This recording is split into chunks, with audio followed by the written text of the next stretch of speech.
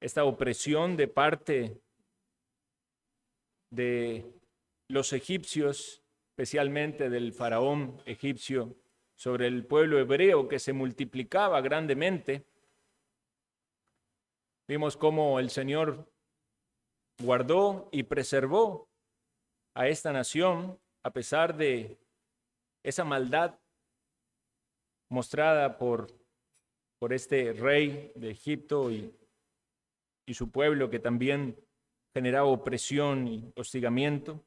Mencionaba el hermano José Andrés recientemente el tema de las parteras, cómo las parteras, por el temor del Señor, guardaron la vida de muchos de los niños hebreos. Y en el capítulo 2 vimos cómo Dios concedió este niño a este matrimonio, que lo guardó, lo escondió durante 3 meses y finalmente lo envían o lo colocan en esa arquilla en el río, con la esperanza y la expectativa de que Dios en su misericordia le concediera vida, y efectivamente así fue.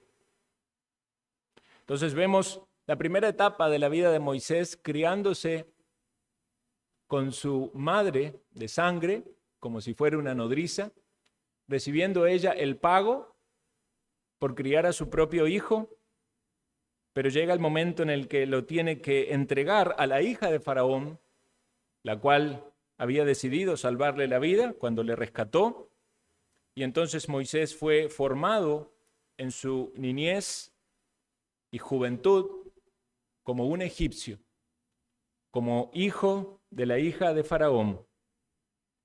Y recibió este nombre, Moisés, dice, porque de las aguas lo saqué.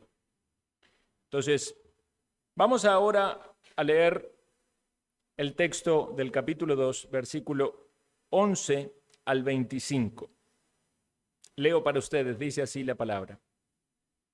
En aquellos días sucedió que, crecido ya Moisés, salió a sus hermanos y los vio en sus duras tareas, y observó a un egipcio que golpeaba a uno de los hebreos, sus hermanos. Entonces miró a todas partes y, viendo que no parecía nadie, mató al egipcio y lo escondió en la arena. Al día siguiente salió y vio a 2 hebreos que reñían. Entonces dijo al que maltrataba al otro: ¿por qué golpeas a tu prójimo? Y él respondió: ¿quién te ha puesto a ti por príncipe y juez sobre nosotros?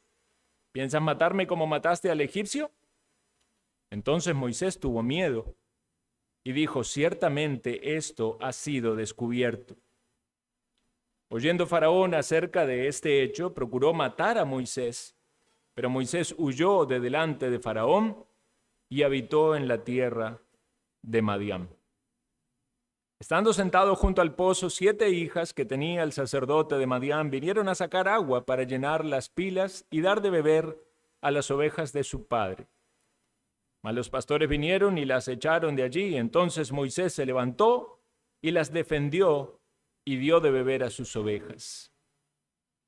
Y volviendo ellas a Reuel, su padre, él les dijo: ¿por qué habéis venido hoy tan pronto? Ellas respondieron: un varón egipcio nos defendió de mano de los pastores y también nos sacó agua y dio a beber a las ovejas. Y dijo a sus hijas: ¿dónde está? ¿Por qué habéis dejado a ese hombre? Llamadle para que coma. Y Moisés convino en morar con aquel varón, y él dio a su hija Séfora por mujer a Moisés. Y ella le dio a luz un hijo, y él le puso por nombre Gersón, porque dijo: forastero soy en tierra ajena. Aconteció después de muchos días, murió el rey de Egipto, y los hijos de Israel gemían a causa de la servidumbre, y clamaron, y subió a Dios el clamor de ellos con motivo de su servidumbre. Y oyó Dios el gemido de ellos, y se acordó de su pacto con Abraham, Isaac y Jacob.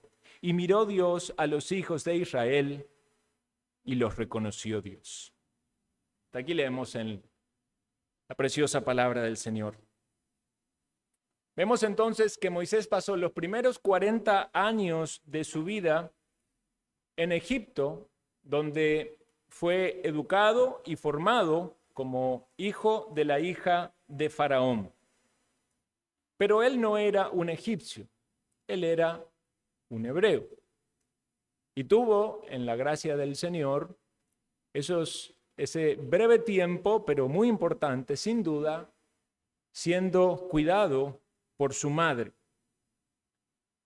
Me pregunto, ¿cómo habrán sido esa transición de pasar desde la casa de su madre, donde fue nutrido y formado, a estar en ese palacio con todos sus lujos y su séquito de servidores y con toda esta nueva educación?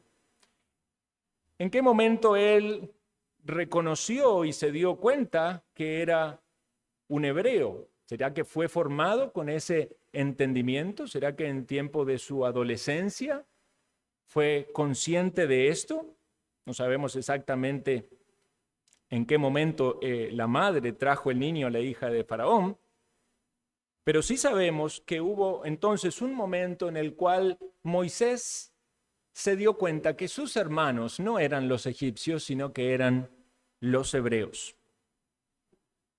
Entonces el versículo 11 en adelante, lo que acabamos de leer, nos va a hablar de esta nueva etapa en la vida de Moisés. Cuando pensamos en Moisés podemos pensar en un libertador. Ser libertador del pueblo hebreo, y como muchos lo han visto en las películas, tristemente muchos conocen más de la historia de Moisés por las películas que por el libro de Éxodo, pero ahí aparece, ¿verdad?, ese hombre con su temple y su calma, lidiando con Faraón y sacando, ¿verdad?, al pueblo camino del desierto.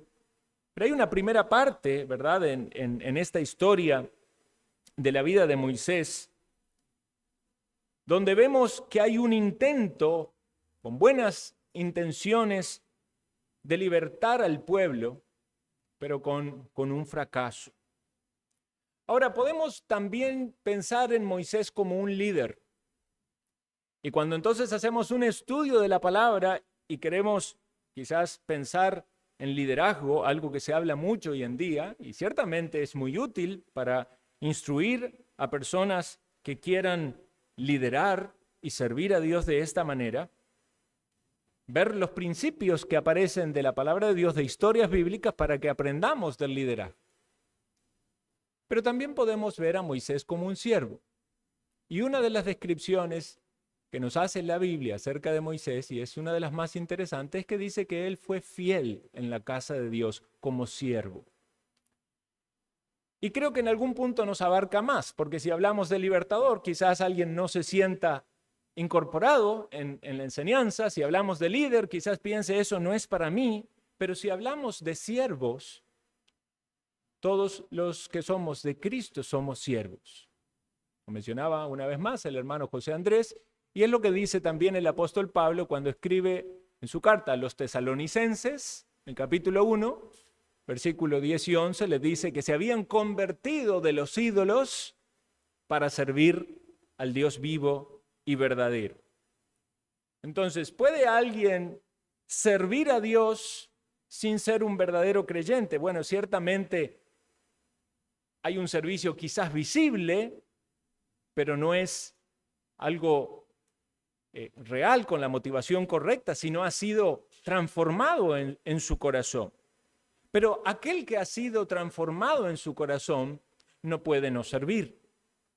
Por eso muchas veces la evidencia palpable de alguien que es un verdadero creyente es su disposición para el servicio. No digo que sea la única, pero ciertamente es algo muy notorio. Cuando alguien verdaderamente se convierte al Evangelio, tiene entre sus frutos esa disposición de servir. Y ese servicio está grandemente vinculado a los otros creyentes. Hay ojos puestos y colocados en aquellos que son sus hermanos en la fe para poder servirles, para poder suplir sus necesidades, para poder ayudarles, porque hay un sentido de pertenencia de pueblo. Y podríamos hacernos esta pregunta: ¿cuándo fue la conversión de Moisés? Es interesante, en el Antiguo Testamento a veces nos cuesta un poco encontrar los momentos de las conversiones o el momento de la salvación de los personajes que encontramos en el Antiguo Testamento. No es tan claro como lo vemos en el Nuevo por medio de la predicación, ¿verdad? Como lo vemos en algunos casos, el llamado del Señor Jesús a sus discípulos o la predicación del Evangelio y la conversión. El Antiguo Testamento parece un poco distinto. Sin embargo, hay elementos que son iguales en la salvación, tanto en el Antiguo como en el Nuevo Testamento. No podemos pensar que la salvación en el Antiguo Testamento era diferente a la del Nuevo. La salvación siempre es por gracia. Nunca se salvó a alguien en el Antiguo Testamento por cumplir la ley. Nunca se salvó por hacer alguna buena obra. Pero el elemento de la fe es sumamente importante en la salvación, manifiesto en el Nuevo Testamento y en el Antiguo Testamento. De hecho, la manera en la que Dios se relaciona con los creyentes, con su pueblo en el Antiguo Testamento es en base a pactos, y esos pactos tenían que ver con una promesa de Dios en la cual aquel que participaba en ese pacto debía confiar, debía creer. Y se menciona en este texto, y lo vamos a ver luego, el pacto con Abraham, con Isaac y con Jacob. Ahora, ¿en qué momento entonces Moisés fue salvo? Algunos van a pensar, bueno, fue en el capítulo 3 porque allí se le presenta a Dios. Sin embargo, hay algo sumamente importante que leemos aquí en el versículo 11. Dice: en aquellos días sucedió que, crecido ya Moisés, salió a sus hermanos. Ya había habido un cambio en el entendimiento de Moisés, en su comprensión acerca de quién era él y cuál era su identidad. Y quisiera que me acompañen, porque este texto es importante, al Hebreos capítulo 11, versículo 26.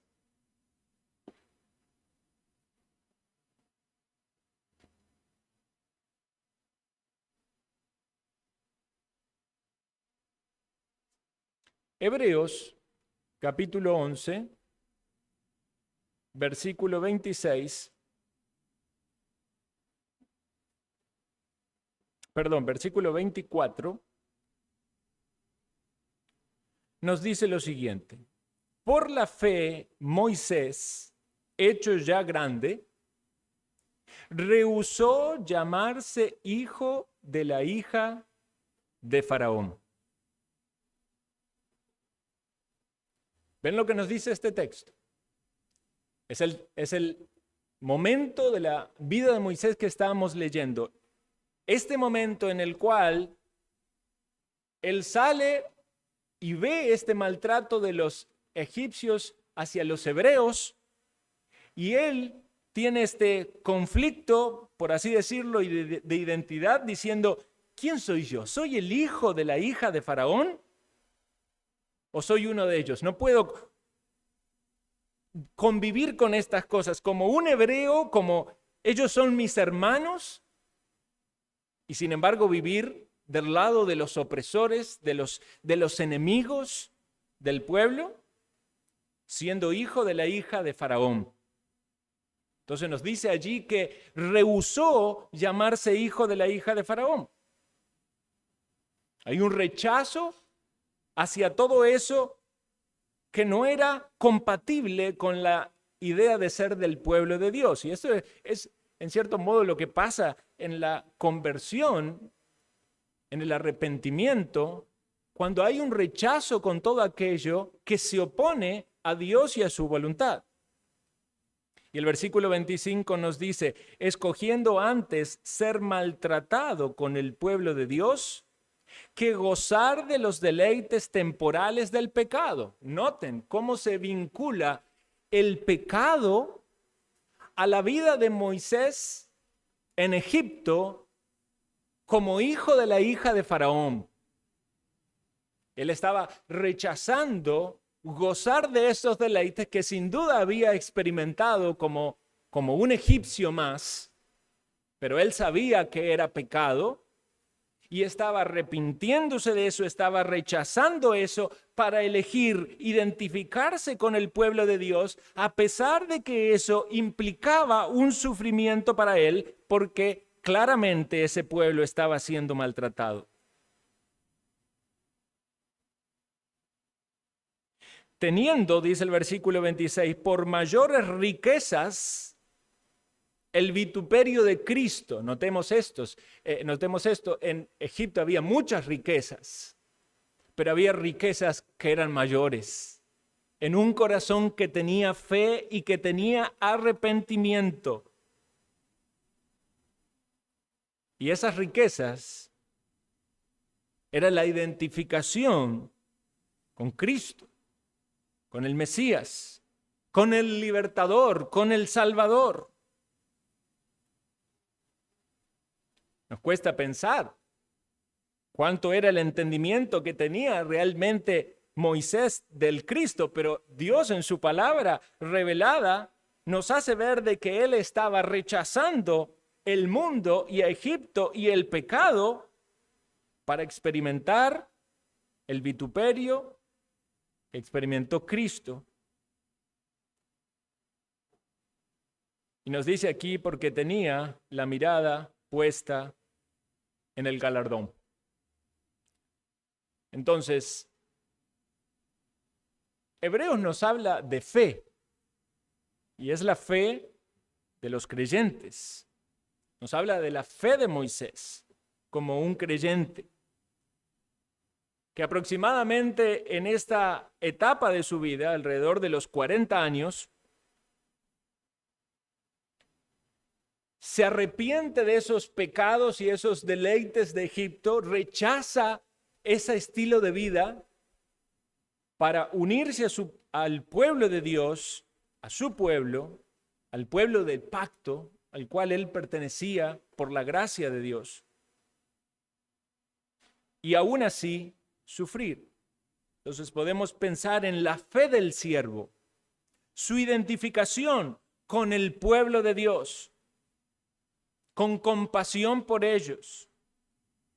Su propósito, defenderlos. Eso es lo que vemos en los primeros versículos de lo que acabamos de leer, versículos 11, donde dice, observó a un egipcio que golpeaba a uno de los hebreos, sus hermanos, entonces miró por todas partes y viendo que no parecía a nadie, mató al egipcio y lo escondió en la arena. ¿Qué estaba haciendo aquí? Estaba interviniendo con el propósito de defender a uno de sus hermanos. Por eso yo digo que hay una fe en el verdadero creyente que lo vincula al pueblo de Dios y lo pone del lado del pueblo de Dios, en defensa del pueblo de Dios, en contra de aquellos que son enemigos del pueblo de Dios. Pero aún esta fe iba más allá porque él no quería permanecer entonces como voy a ayudar a los hebreos, pero no me voy a perjudicar a mí mismo, voy a evitar los sufrimientos. No, esta identificación, este propósito de defenderlo venía asociado a una disposición de sufrir. Y eso es algo que también el Evangelio nos enseña. Y es una gracia de Dios. Así como nos es concedido el don de la fe, nos es concedido que suframos por causa de Cristo. Y es la voluntad del Señor, muchas veces en aquellos que vienen a la fe del Señor, que experimenten sufrimientos. Pero también nos habla de su motivación, el galardón, no un galardón terrenal, sino el que viene de Dios, porque tenía su mirada puesta en el galardón. Su mirada estaba puesta en Dios, en aquel que da el galardón. Entonces, aquí podemos detenernos y pensar, ¿soy yo un siervo de Cristo? ¿Soy un verdadero creyente?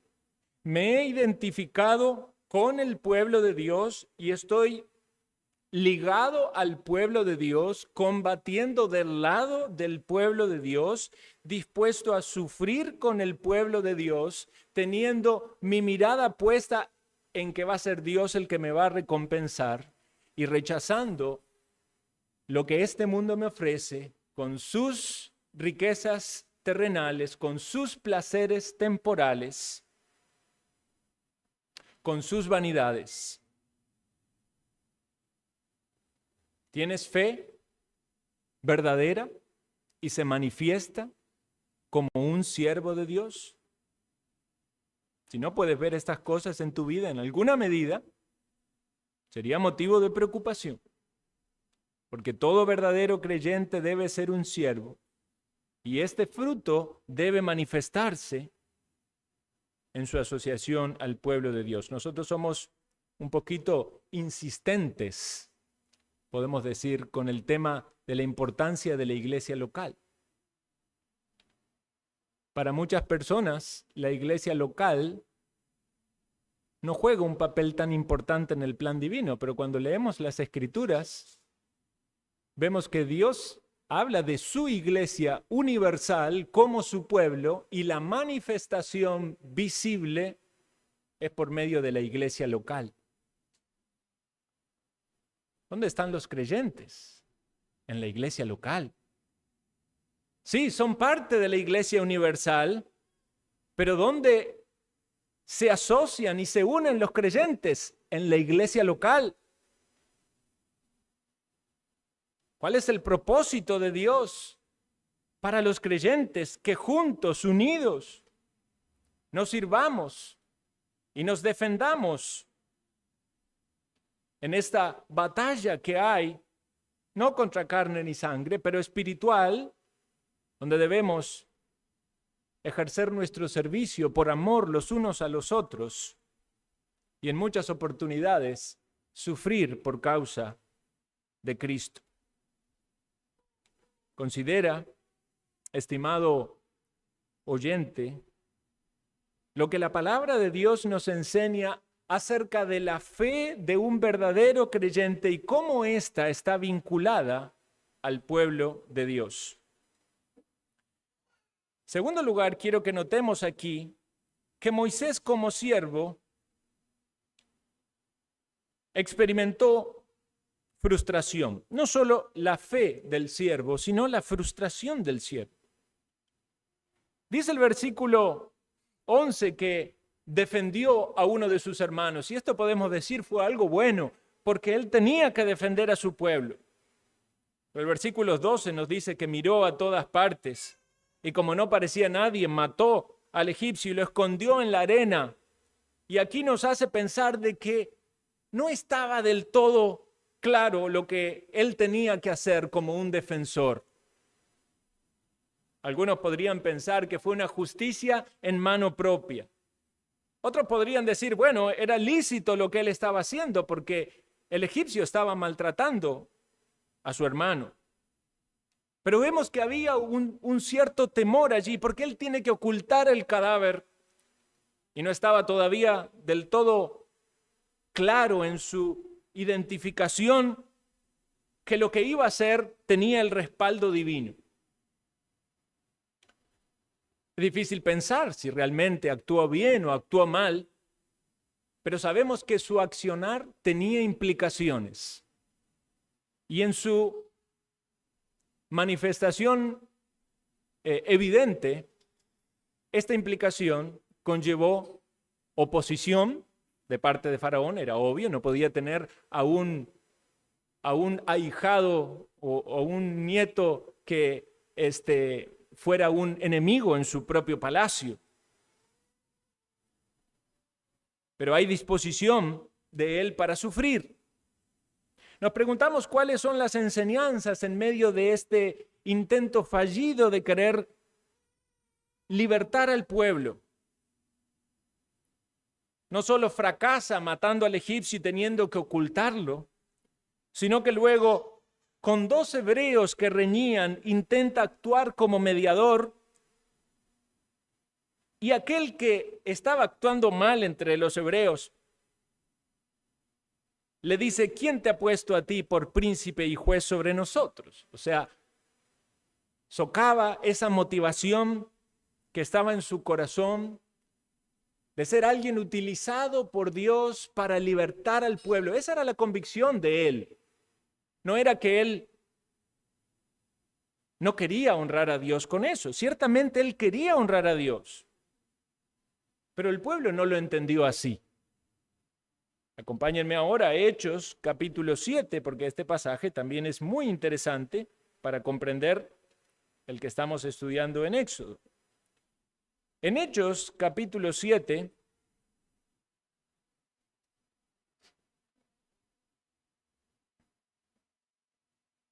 versículo 22 nos dice que Moisés fue enseñado en toda la sabiduría de los egipcios y era poderoso en palabras y obras. Estamos hablando aquí de los primeros 40 años. Y cuando hubo cumplido la edad de 40 años, le vino al corazón visitar a sus hermanos, los hijos de Israel. Eso es lo que acabamos de describir como la conversión de Moisés. Y al ver que uno era maltratado, lo defendió e hiriendo al egipcio, vengó al oprimido. Podemos decir que eso era, en un sentido, algo bueno, estaba siendo un defensor. Sí, estaba matando, pero estaba vengando la sangre inocente. Pero notemos cuáles eran los pensamientos en Moisés en medio de todo eso. Versículo 25. Pero él pensaba que sus hermanos comprendían que Dios le daría libertad por mano suya, mas ellos no lo habían entendido así. Vemos la frustración del siervo. Él pensaba, ¿Dios me va a usar a mí?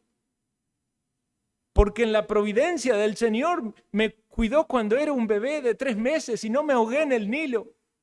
Porque en la providencia del Señor me crié como un egipcio de los más importante y más alto rango. Porque Dios me ha capacitado para entonces poder utilizar todo esto que Dios me ha dado para libertar al pueblo. Pero cuando él intenta entonces actuar, tiene que ocultar el egipcio que mató. Ya notamos que ahí hay algo que no está del todo claro en el proceder. ¿De qué lado estoy? Si mato a un egipcio, definitivamente estoy del lado de los hebreos, pero ¿cómo voy a conciliar estas dos cosas? Y entonces me voy del lado de los hebreos y quiero mediar entre los hebreos y alguien que está actuando con mucha malicia, porque nos dice que era el hebreo que estaba maltratando al otro hebreo, usado por el mismo Satanás, desanima al siervo de Dios y le dice, ¿quién te ha puesto a ti por autoridad? Bueno, aún Dios utiliza en su soberanía el pecado de los malvados para cumplir sus propósitos. Porque ciertamente Moisés todavía no estaba capacitado y preparado para hacer la labor que Dios quería con él y que él entendía que Dios quería con él, pero no era el tiempo. Él intenta entonces, en un inicio, tomar ese llamado y forzarlo, aplicarlo con justicia por mano propia, ocultando su proceder. Quizás podríamos decir con una autoimposición, como decir, aquí estoy yo voy a ser el libertador, pero hay un rechazo del pueblo. Y entonces podríamos pensar en esa frustración del siervo, que finalmente tiene que huir para salvar su vida, porque Faraón estaba dispuesto a matarlo. Pero sin embargo no debemos minimizar esa huida como una huida temerosa y cobarde, porque una vez más, cuando volvemos al libro de los Hebreos, encontramos allí otra mención de Moisés acerca de su huida. Y nos dice en el versículo 27, por la fe dejó Egipto, no temiendo la ira del rey, porque se sostuvo como viendo al invisible. Esta es una frase de las más bonitas que hay en la Escritura y deberíamos tomarla y aplicarla para nuestra propia vida. Nos sostenemos como viendo al invisible. Ese es el ejercicio de la fe. Dice en la Biblia que la fe es la certeza de lo que se espera, la convicción de lo que no se ve. No se ve, pero lo vemos. No vemos a Cristo, pero lo vemos con los ojos de la fe. Y Moisés huye de Egipto, pero él está sostenido por Dios. No huye porque le tuviera temor a Faraón o porque no quisiera sufrir con los hebreos. Ciertamente él está aún dispuesto a sufrir, pero él se sostiene por fe en Dios y entiende entonces que tiene que salir de Egipto. Como un soldado que sabe que esa no era su batalla y quizás espera un tiempo en el que quiera ser usado, como alguien que quizás reconoce que no era el momento o no estaba capacitado, o como que quizás alguien que realmente no comprende todas las cosas, pero hay una fe, una convicción, una confianza en Dios que lo sostiene. Entonces aquí pensemos, hermanos, en nuestras frustraciones, en aquellas cosas que hemos querido hacer o queremos hacer en nuestra vida, pero quizás no ha sido el tiempo de Dios. Quizás hasta convicción tenemos que Dios quiere utilizarnos de esa manera, pero nuestro actuar no es del todo claro. Hay cosas que nos avergüenzan, que tenemos que ocultar, que no tenemos, pareciera, el respaldo divino y mucho menos el reconocimiento de aquellos a quienes queremos servir. Cuando Dios quiere usar a alguien, ciertamente Él pone el deseo en el corazón, pero también respalda a ese siervo o a esa sierva en aquello que quiere utilizar y concede gracia también en los corazones de aquellos a los cuales va a servir. No podía él lograrlo por imposición. Tenía que esperar que sea Dios el que lo llamara y Dios el que lo colocara en el servicio que tenía para él. Pero aún en esos valles de la vida, aún en esos momentos de frustración,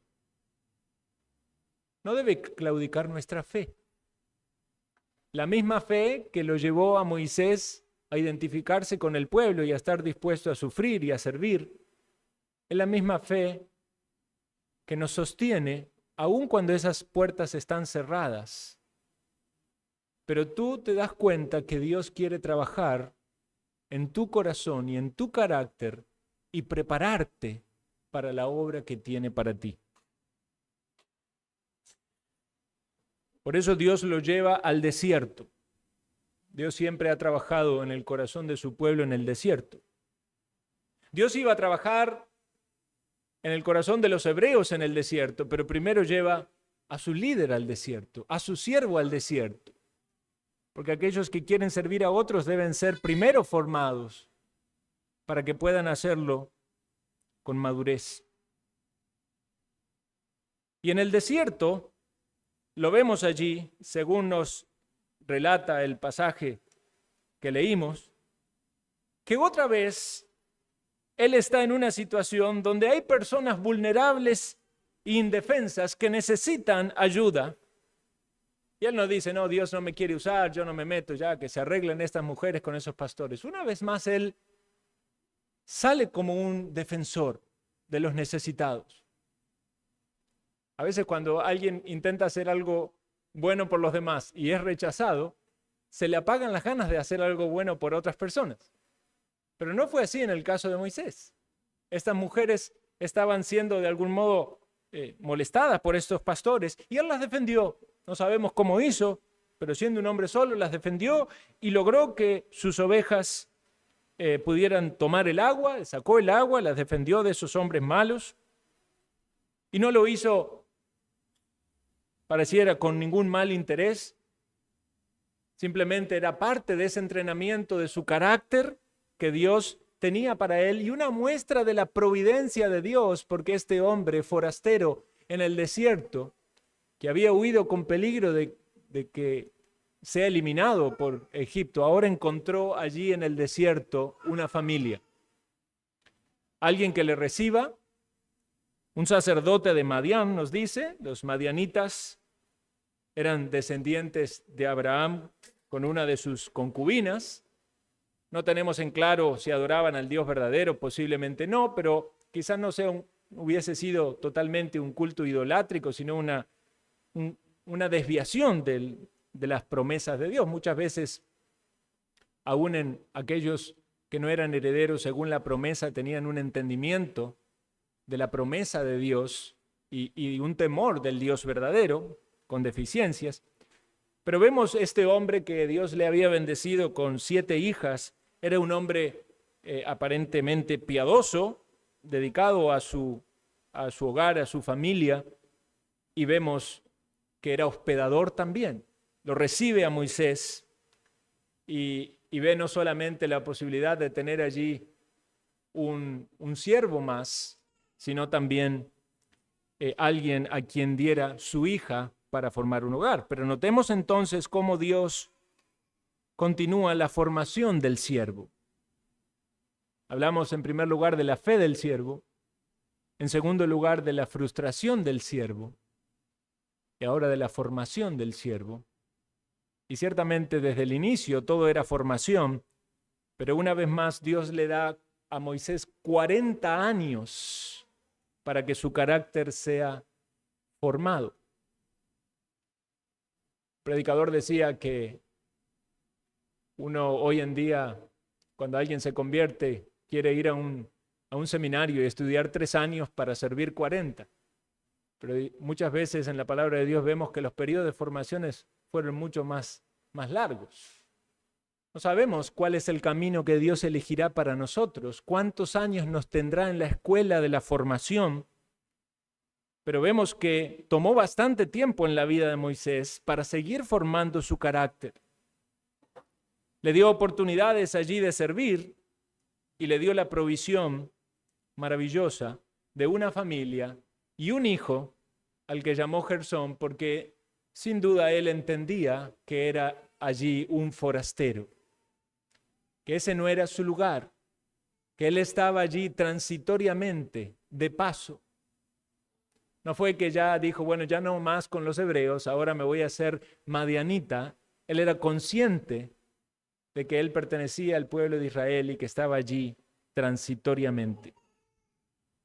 Entonces vemos, hermanos, también que Dios nos forma como siervos. Y lo que Dios quiere formar en nosotros es nuestro carácter. ¿Cómo ha sido en tu vida y cómo está siendo esa formación de tu carácter? Tu disposición al servicio, la interacción y las relaciones con otras personas, especialmente con la familia, porque si algo ha de usar Dios para formar el carácter, es la familia. Es una esposa, hijos, el suegro, la suegra y demás parientes que Dios utiliza para moldear el corazón. ¿Está formando Dios tu carácter por medio de esas relaciones? ¿Estás teniendo oportunidades para trabajar conscientemente y con disposición en tu propio carácter?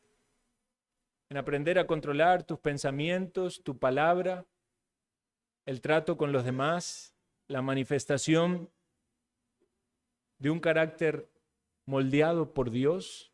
Recordemos que cuando hablamos, hermanos, de vivir la vida de Cristo, lo que tenemos que pensar es en el carácter de Cristo.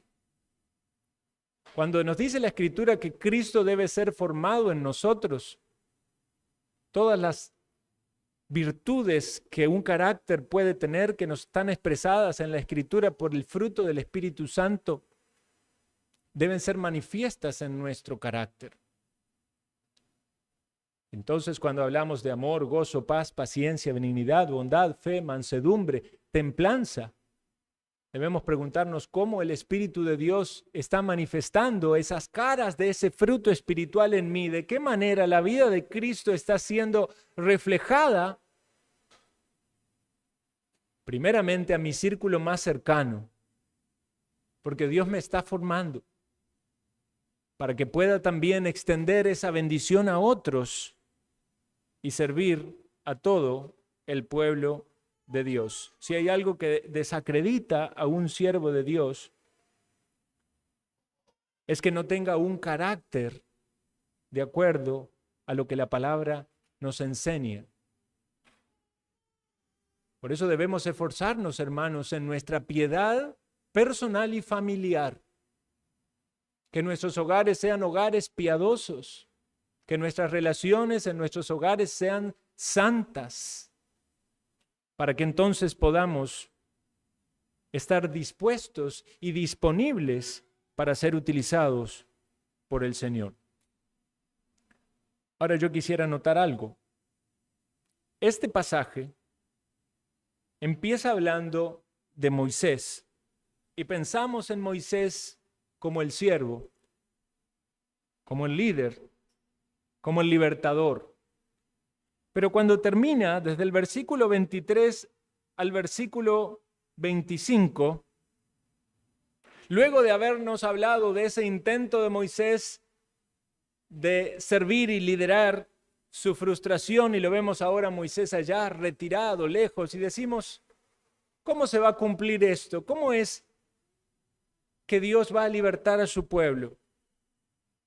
Bueno, desde el versículo 23 al 25 nos dice que pasó bastante tiempo porque el faraón murió, el rey de Egipcio murió. El sufrir del pueblo de Israel seguía, el gemido a causa de la servidumbre, el clamor a Dios, es decir, oraron a Dios. Y ahí nos dice tres cosas bien interesantes. Primero, Dios oyó. En segundo lugar, Dios miró. Y en tercer lugar, Dios los reconoció. Quizás hay personas aquí que están en esa opresión en el Egipto del mundo y en la esclavitud de sus pecados. Quizás Dios obre en ellos, despertando esa fe en el corazón para que clamen al Dios vivo y verdadero. A veces Dios tiene que llevarnos a circunstancias extremas para que nuestro corazón se doblegue y clamemos a Él. Pero ¿no te da esperanza pensar que el Dios eterno, todopoderoso, creador de cielos y tierra, desde los cielos oyó el clamor y miró a aquellos que clamaban, aquellos que eran los herederos de la promesa, aquellos que eran su pueblo elegido, y los reconoció? Si tú eres uno de esos que está en la esclavitud del pecado, si tú eres uno de los que está todavía sufriendo por todas estas artimañas del mundo y de Satanás, pero te das cuenta de que tu salvación no viene de tus esfuerzos. Solamente Dios puede socorrerte. Clama a Él, porque Dios oye, Dios mira y Dios reconoce. Aquellos que son herederos de la promesa, aquellos que están en Abraham, aquellos que son de la fe, esos son los verdaderos creyentes.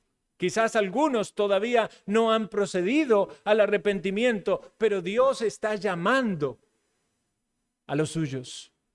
Por medio de Jesucristo, Él llama a las ovejas a que vengan a Él, a que tengan vida, a que salgan a los pastos delicados, a las aguas de reposo.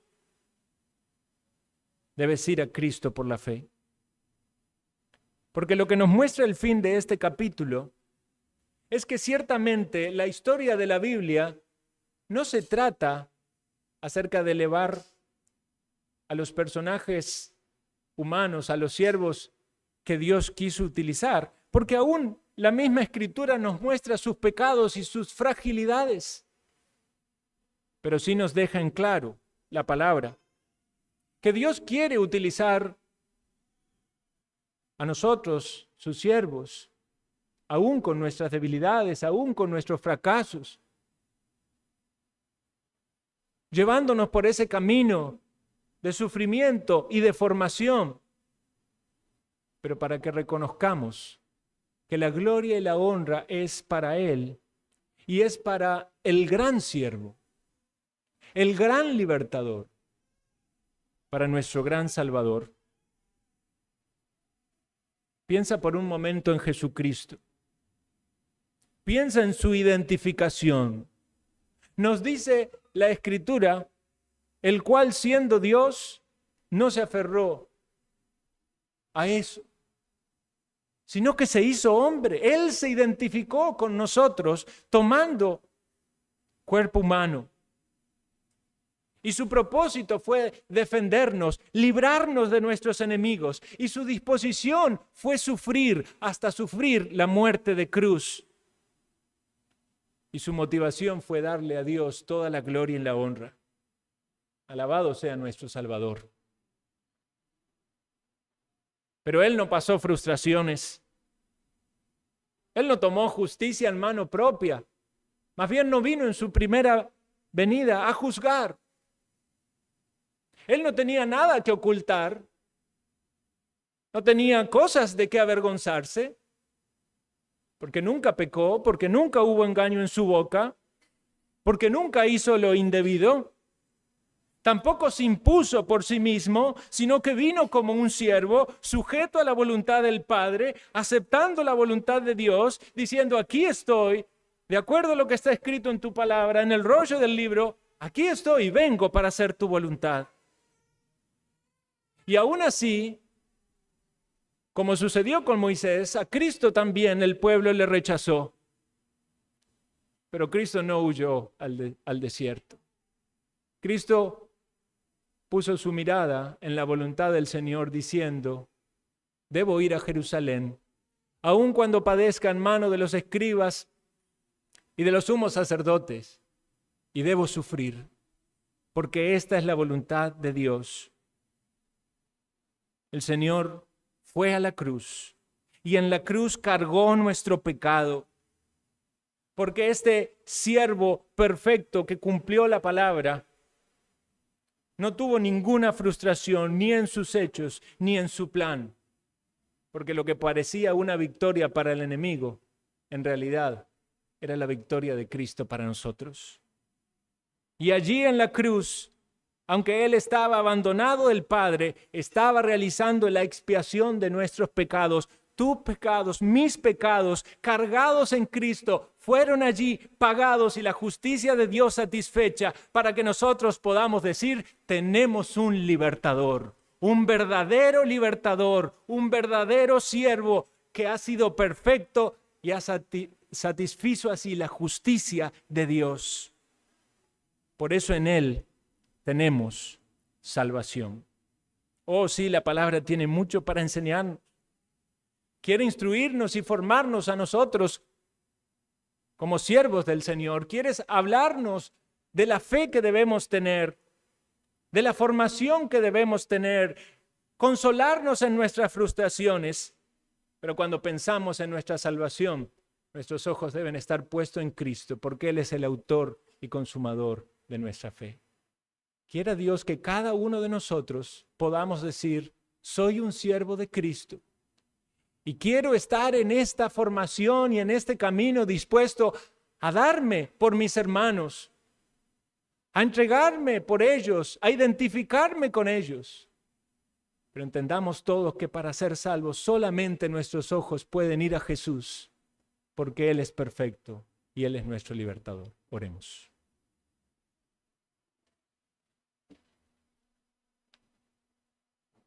Te agradecemos, Señor, por tu palabra. Y pedimos que la tomes y la apliques a nuestra vida y a nuestro corazón. Oh Señor, que nadie aquí permanezca en su incredulidad y arrepentimiento, en su incredulidad y en sus pecados, Señor. Concédele arrepentimiento, concédeles discernimiento de tu voluntad y fórmanos como siervos, porque necesitamos de esa obra de tu Santo Espíritu para ser usados por ti. Y si tú no nos usas, Señor, todos nuestros intentos son vanos. Lo pedimos en Cristo Jesús.